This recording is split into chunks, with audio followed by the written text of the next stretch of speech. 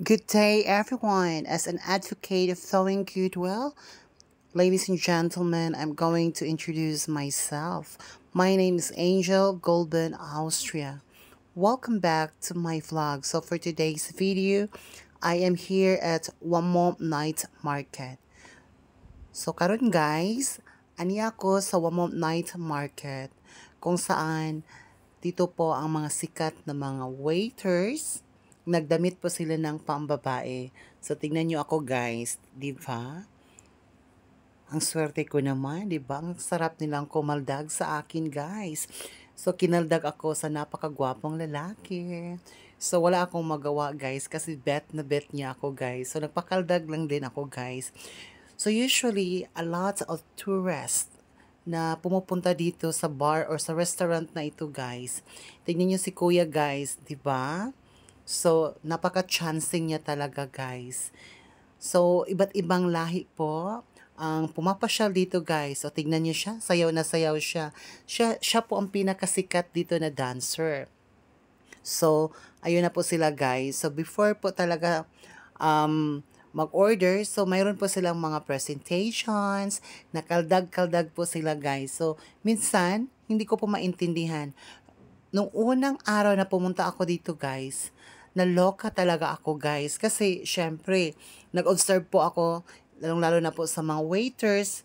So at the same time, naging dancers at entertainer po sila sa restaurant na ito. Kaya nga, dinadayo ito sa karamihan. Lalong-lalo po sa ibang mga dayuhan, lalong po mga Chinese, tapos yung mga Koreano. Ang daming mga tao dito guys. Nagtaka po ako guys. Ito lang yung presentation nila guys. Yung kaldag-kaldag. So masayaw-sayaw sila dyan. Tingnan nyo sila dyan. Oh, para silang mga monkeys. Diyan, natatakot ako sa kanila. Kaya, nung unang beses na pumunta ako dito guys, napasigaw ako guys. OMG, kasi natatakot ako. Baka mahulog. Alam nyo naman na medyo mataas po talaga yan guys. Pag mahulog siya, Diyos ko, lagpag. Wasak na wasak ang kanyang mga mukha. Pero tignan mo siya, ito po ang pinakasikat dyan guys. So dito, sinisilip ko guys, dito maraming nakaupo. So nag-wait pa sa queue nila guys. So tignan nyo sila guys, ang daming tao. So habang nakikita ko ang mga tao, pumapasok ako dito. Sabi ko, ay, bakit full in line sila. So, yun pala guys.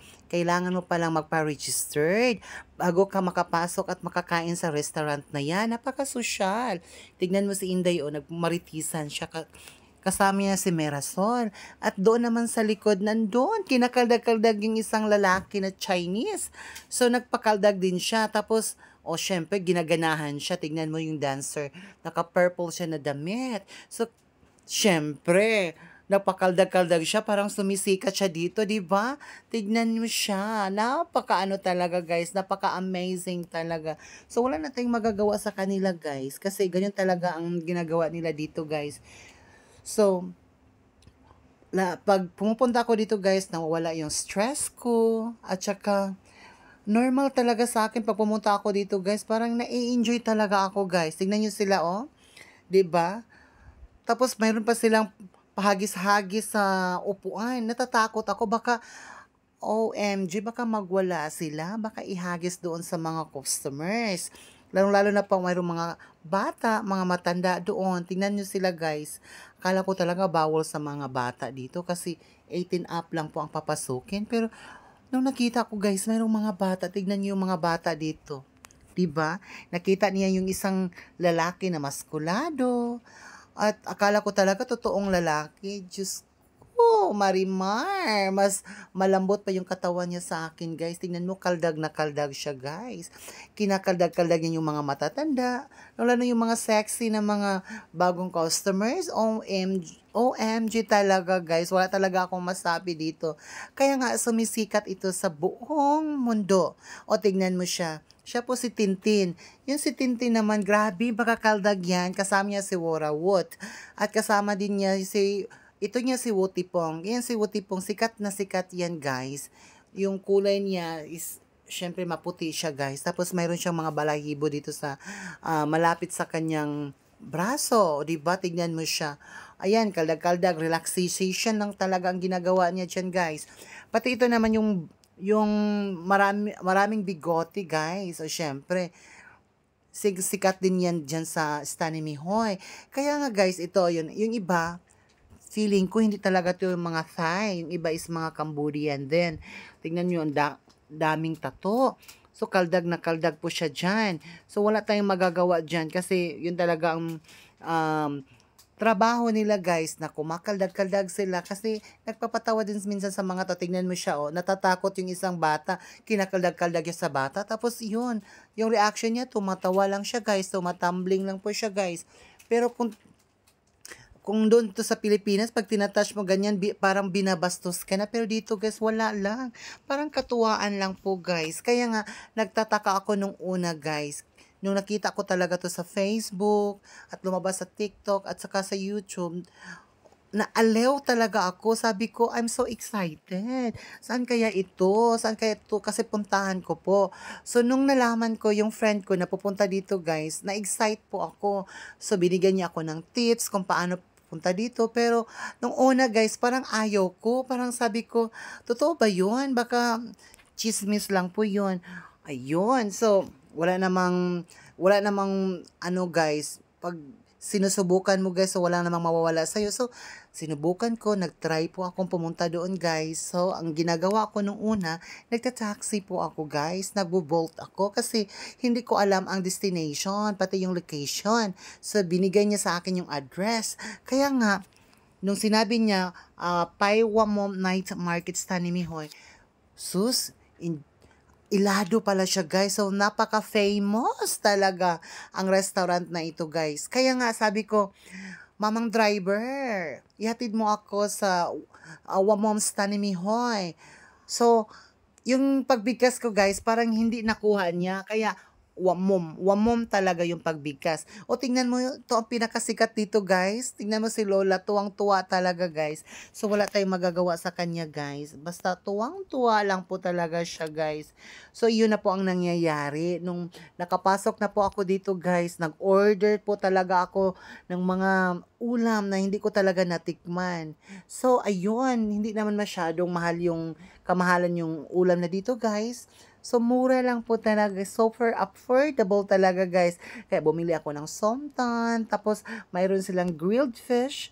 At mayroon din silang mga chicken. So, napakasarap talaga ng timpla, guys. So, wala akong masasabi. Siguro, ang daming bitsin talaga, guys, nilagay. Kasi, right after na kumain ako, guys, Diyos ko, guys, gusto ko nang matulog. So, ito, guys, pagmasdan yung maigi guys, tingnan nyo dito guys. 'Di ba sayaw na sayaw lang po sila guys.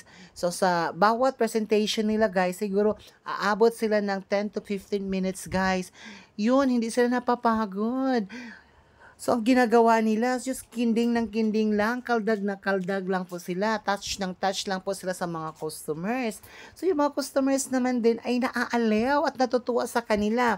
So, yung iba nagbibigay po ng tips sa kanila guys dahil natutuwa po sila. So, ako din, nung pumunta ako doon, ginagaya ko din sila. So, nagbibigay po ako ng tips. So, binigyan ko ng 500 baht. So, tuwang-tuwa siya guys. So, yun, nag-start po guys na pag pumasok ako dyan, so, kilalang kilala na po nila ako guys kasi alam nilang magbibigay ako ng konting abulon or donation guys. So, yun, napakasarap talaga sa feelings guys pag nakatulong ka sa mga tao. Lalo na po sa mga waiters dito guys. Alam nyo ba kung magkano lang yung kinikita doon? Mura lang po sila. Mura lang po, I think 300 per day lang o per night lang po ang nakikita nila guys. Pero alam mo, grabe, super sipag po talaga sila. So wala akong masasabi dito. Super ganda po ang presentations. At the same time, maaalew ka talaga. Mawala talaga ang buong stress mo pag andito ka kasi tawang-tawa ka na lang sa kanila kasi syempre parang nanonood ka lang ng Miss Gay, yung mga macho na mga lalaki na sumasali sa Miss Gay, yung mga borta, tinatawag na borta, 'di ba? Parang ganun talaga.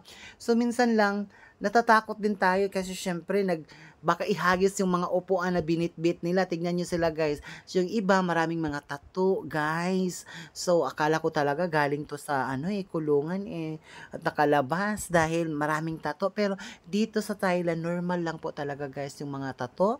So, wala talaga dito guys. Parang kung sa baga parang normal lang talaga pag nakakita ka ng taong may tattoo. So, parang sasabihin lang nila guys, isang arts lang yan talaga guys. 'Di ba sa atin, pag sa Philippines pag nakakita ka na may tattoo, so husgahan mo na agad dahil baka nasa kulungan o galing sa kulungan yan, bagong laya.